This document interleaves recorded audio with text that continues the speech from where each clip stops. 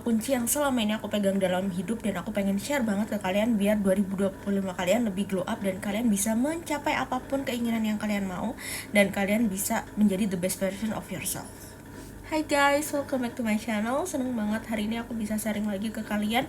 Ini adalah part ketiga sebenarnya dari cara move on dari gagal CPNS, tapi ini juga menjadi video pengembangan diri, dan ini mungkin jadi video pengembangan diri pertama kali ya yang aku share di video ini, dan mungkin nanti akan ada banyak insight pengembangan diri yang lain yang semoga bisa bermanfaat dan kalian bisa tonton biar kita sama-sama lebih upgrade diri, lebih bisa jadi the best version of ourselves, lebih baik setiap harinya dan lebih belajar hal setiap harinya. Dan endingnya kalian bisa mencapai apapun itu yang kalian inginkan, mau kalian mau jadi CPNS di 2025 atau kalian sedang mengusahakan apapun itu.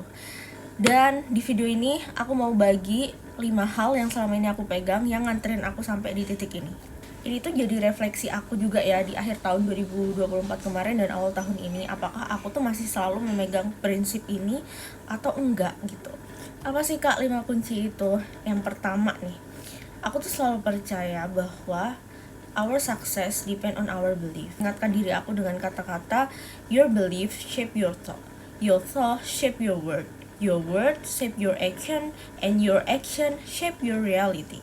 Jadi kepercayaan kamu itu akan membentuk pola pikir kamu.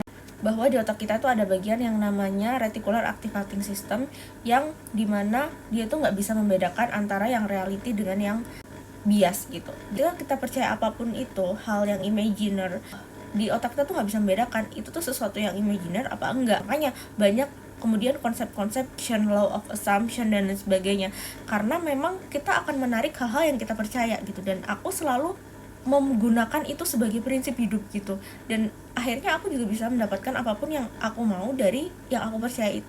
Our belief, kepercayaan kita itu membentuk pola pikir kita, dan pola pikir kita akhirnya membentuk kalimat kita, afirmasi kita. Kemudian kalimat kita atau afirmasi kita membentuk aksi kita dalam bertindak, dan aksi kita akhirnya membentuk reality kita atau kehidupan yang kita inginkan. Yang kedua adalah aku selalu menggunakan word of affirmation. Jadi tidak menyepelekan kata-kata dalam setiap tindakanku. Maksudnya kayak gimana Kak? Jadi ternyata setelah aku tahu ada sebuah pengetahuan yang menyatakan bahwa ternyata kata-kata itu sangat berpengaruh dalam hidup kita. Kata-kata yang kita lontarkan itu akan diterima oleh semesta dan itu akan jadi realitas kita. Dan itu contoh, misalkan besok aku tuh pengen jadi orang yang rajin. Instead of aku bilang, oke, mulai besok aku gak akan jadi males, itu sebenarnya adalah kata-kata yang salah, karena kata-kata yang ditangkap oleh semesta itu adalah kata-kata malas gitu. Dan ketika subjeknya itu malas, ya kita nggak akan berubah, kita akan terus jadi malas gitu. Tapi ketika kata-kata itu kita ganti dengan oke, mulai besok aku akan rajin, nah yang terserap di otak kita yang ditangkap oleh semesta itu adalah kata-kata rajin.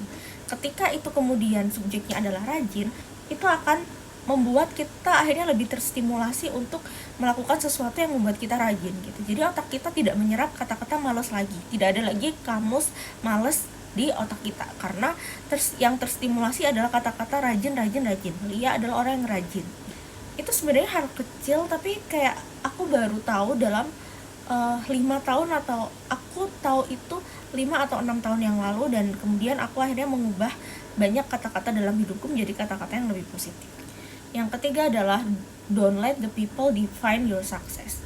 Aku percaya banget bahwa kita gak bisa hidup dengan tanpa orang lain gitu ya. Tapi kita juga harus memilih dan memilah siapa orang-orang yang kita izinkan untuk memberikan respon atau memberikan pendapat atau memberikan argumen atas pilihan kita atau atas hidup kita. Kalau orang-orang itu memang orang-orang yang berpengaruh, orang-orang yang kita cintai, orang-orang yang memang mengerti kita, misalkan seperti orang tua kita, kemudian sahabat-sahabat terdekat kita, yang argumen mereka itu benar gitu, memang untuk membangun diri kita, itu nggak apa-apa kita terima. Apalagi kalau misalkan itu adalah argumen dari orang-orang sukses, orang-orang yang memang pernah mengalami hal itu, orang-orang yang punya pengalaman yang sama dengan apa yang kita inginkan, itu nggak apa-apa kita dengar. Tapi jangan pernah dengarkan orang-orang yang sebenarnya bukan siapa-siapa gitu. Sebenarnya mereka punya intention untuk menjatuhkan kita gitu. Apalagi kalau argumen mereka itu sangat destruktif untuk kehidupan kita. Kayak mereka mengatakan sesuatu yang negatif tentang kita. Jangan biarkan kalimat-kalimat itu kamu serap dan menjadi kepercayaan dalam diri kamu bahwa kamu seperti itu.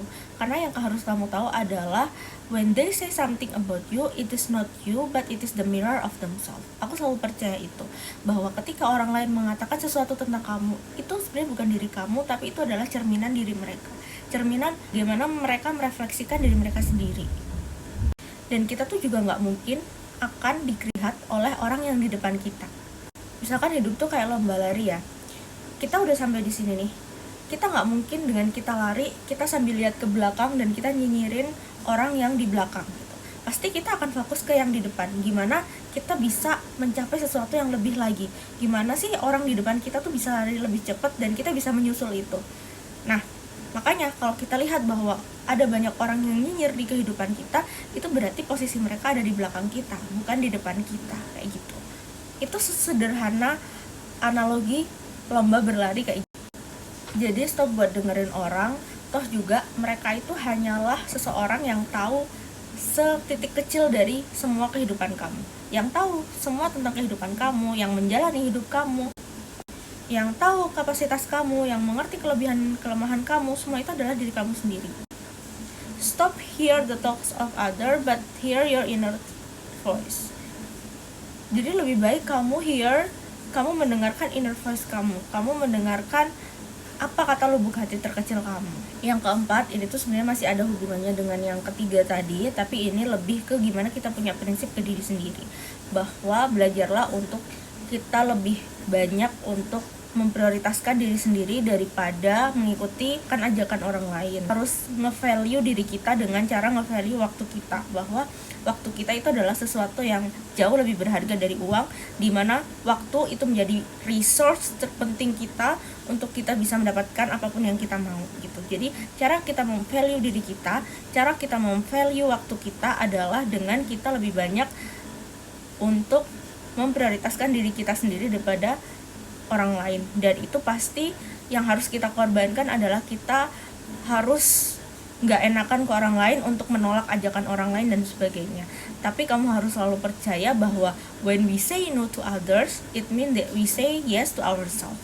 Ketika kita mengatakan tidak kepada orang lain, itu berarti kita mengatakan iya kepada mimpi-mimpi kita mengatakan iya pada prioritas kita mengatakan iya pada hal-hal yang mendukung kesuksesan kita mengatakan iya pada produktivitas kita, dan kita mengatakan iya mimpi yang saat ini sedang kita jemput. Aku pada awalnya adalah orang yang gak enakan, tapi setelah aku tahu dan aku bisa lebih manajemen waktu, aku ngerti nih kapan aku harus berkata iya, kapan harus berkata tidak, kapan prioritas dalam diriku tuh selesai sehingga aku bisa untuk nge-chill sama teman-teman aku, kapan aku punya tanggung jawab untuk diriku sendiri, untuk pekerjaanku, untuk mimpi-mimpi yang sedang aku usahakan, sehingga aku harus lebih memprioritaskan diri ke situ gitu, dan mengalokasikan waktu yang menjadi resource aku dalam mencapai kesuksesan itu ya ke hal itu gitu. Memang ya jalan menuju sukses itu sunyi dan terjal gitu. Kita mungkin akan nge-cut orang-orang yang gak sefrekuensi sama kita mungkin akan kehilangan teman-teman yang gak punya visi misi yang sama kayak kita, yang mungkin gak sesuai sama diri kita. Tapi dari situ kita juga akan menemukan teman-teman yang sangat berkualitas, yang ngerti siapa diri kita, yang mendukung mimpi-mimpi kita, yang punya visi misi untuk berkembang juga gitu, sehingga disitulah kita juga akan menarik support system yang akhirnya mendukung diri kita jadi lebih baik gitu. Jadi nggak usah takut untuk kamu say no, nggak usah takut untuk kamu harus say no pada sesuatu yang itu nggak bermanfaat untuk hidup kamu. Yang terakhir, yang kelima adalah of course take action ya. Jadi when we take action, the universe will take action too. But when we sit, the universe will sit too gitu. Ketika kita take action gitu, secara nggak langsung alam itu juga akan punya cara untuk membantu kita menuju ke sana gitu. Untuk membantu langkah-langkah kita untuk akhirnya ikut mewujudkan mimpi kita gitu, tanpa kita sadari gitu. Dan itu yang selalu aku percaya dan selalu aku buktikan sampai saat ini gitu. Ingat nih kata-kata aku baru dapat kata-kata ketika aku ngonten kayak gini tuh baru keluar semua. Jadi gini, kalau aku bisa mengatakan bahwa kamu akan mendapatkan kejutan dari apa yang kamu lakukan hari ini. Sekecil apapun progres yang kamu lakukan hari ini, itu akan membawa kejutan untukmu di masa depan. Lebih baik kita tidak tahu dan tidak mengerti kejutan apa yang akan diberikan semesta di masa depan atas apa yang kita lakukan hari ini, daripada kita bisa memprediksi apa yang akan terjadi di depan dari apa yang kita lakukan hari ini. Contoh simpelnya, kayak oke, aku hari ini mau nonton Korea aja, aku mau nonton Netflix, aku mau scroll TikTok, YouTube, aku mau main-main. Kita bisa memprediksi 3 bulan lagi kita akan menjadi apa ketika kita melakukan itu secara terus-menerus. Kayak ya udah 3 bulan lagi ya mungkin kita akan sampai situ-situ aja. Tapi ketika kita do some action, kita mungkin hari ini belajar bahasa Inggris, kita mungkin les desain, atau kita mungkin memulai untuk berbisnis, kita mungkin nggak tahu gitu 3 bulan lagi kita akan belajar apa, kita akan mendapatkan apa dari apa yang udah kita pelajari hari ini. Mungkin nggak 3 bulan, tapi mungkin bisa lebih cepat atau bisa lebih cepat atau lebih lama, tapi kita belajar sesuatu dan kita akan mendapat kejutan dari sesuatu itu. Bisa jadi mungkin les bahasa Inggris kita mengantarkan kita bisa keterima CPNS di Kementerian Luar Negeri, atau bisa jadi kita belajar desain bisa bikin kita jadi dapat pekerjaan di bidang desain, atau jadi content creator yang hebat dalam desain dengan kita yang ternyata mengasah ilmu kita dan akhirnya kita mendapatkan ide-ide baru dan sebagainya. Nggak ada yang tahu, tapi itu akan menjadi sebuah kejutan. Jadi jangan meremehkan sekecil apapun kamu take action, dan teruslah kamu take action dalam hidup kamu, karena itu yang akan mengantarkan kamu pada mimpi-mimpi kamu. Aku di video sebelumnya udah ngobrol nih tentang gimana cara kita nge-breakdown mimpi besar kita ke mimpi-mimpi kecil, dan gimana kita punya banyak pintu-pintu plan yang harus kita masuki dan kita siapkan. Kamu bisa tonton video aku sebelumnya. Dan di part terakhir nih, nanti part keempat, aku juga akan share tentang amalan, karena apapun yang kita lakukan, kita sudah melakukan 5 tadi, tentunya tidak bisa kita peroleh juga tanpa bantuan dari Allah Subhanahu wa Ta'ala, dari Tuhan Yang Maha Esa.